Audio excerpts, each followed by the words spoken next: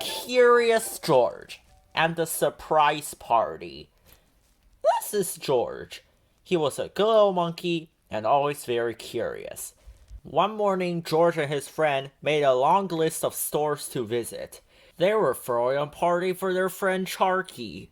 The party was going to be a surprise. George and the man went into town for supplies. They needed snacks, drinks, and decorations too. Charkie was going to be so happy. "Hello, Mrs. R," the man said. George couldn't believe his eyes. It was their neighbor, Mrs. R, and Charkie was with her. "Hello, Charkie," the man said. "Isn't today your birthday? Happy birthday, Charkie." George was nervous. He did not want to do anything to spoil Charkie's surprise. "That was close, George," the man whispered. "I was scared I was going to say something about the party and give away our surprise."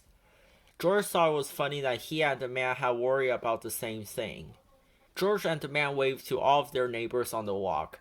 They saw the mail carrier, the police officer, and a bunch of kids riding the school bus. "It will be such a nice surprise for Charkie to find everyone at our house tonight," the man whispered again. George and the man stopped at the fruit stand first. The stand had lots of good things to eat. Apples, cherries, cucumbers, and George's favorite, bananas. Mrs. R and Charkie came too. Mrs. R looped Charkie's leash over the fire hydrant while she did her shopping. George knew Charkie loved oranges, so he decided to choose a few of those for a party. But when George picked up one orange, the rest of the oranges tumbled after it. George was glad his favorite fruit was not a good shape for rolling. He helped put the oranges back as best as he could and chose a bunch of bananas for his lunch. The man was very busy saying hello to their friends from down the street. Mrs. R was very busy choosing the shiniest apples. George was very busy examining the bananas. No one saw Charkie staring at the kitten. No one saw Charkie wriggle her leash loose from the hydrant. And no one, not even George, who was very good at noticing important things, saw Charkie dash off. George, the man, and Mrs. R walked to the post office to pick up some packages. The man had sent away for Charkie's birthday present. George knew it was a nice new collar. George thought Charkie would love the present Mrs. R had sent away for a whole box of sweet biscuit bones.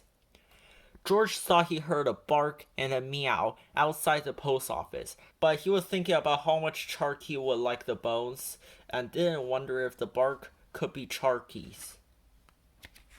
George, the man, and Mrs. R went back to the fruit stand to meet up with Charkie, but when they arrived at Charkie's hydrant, George noticed something was wrong. "Oh no," Mrs. R said. "Charkie ran away." George felt awful. They could not have a party for Charkie if Charkie was missing. And what if they could not find her? Mrs. R would be so sad. George would be sad too. George decided to look and look until he found Charkie. He looked everywhere, under the oranges at the fruit stand, they are Charkie's favorite, behind the counter at the post office. Maybe Charkie followed the scent of the biscuit bones there? George could think of only one other thing Charkie liked better than oranges and biscuit bones. The park! When George, the man, and Mrs. R arrived at the park, they did not see Charkie. Had she burrowed in the sandbox? Was she hiding in the playhouse? Had she chased the squirrel up the tree? George looked and looked, but he couldn't find Charkie anywhere. "Where could she be?" asked the man. "What if we can't find her before nightfall?" asked Mrs. R. "I'm so worried." But George thought he saw something. It looked like a little bit of wagging tail poking out of the bushes. "Charkie!"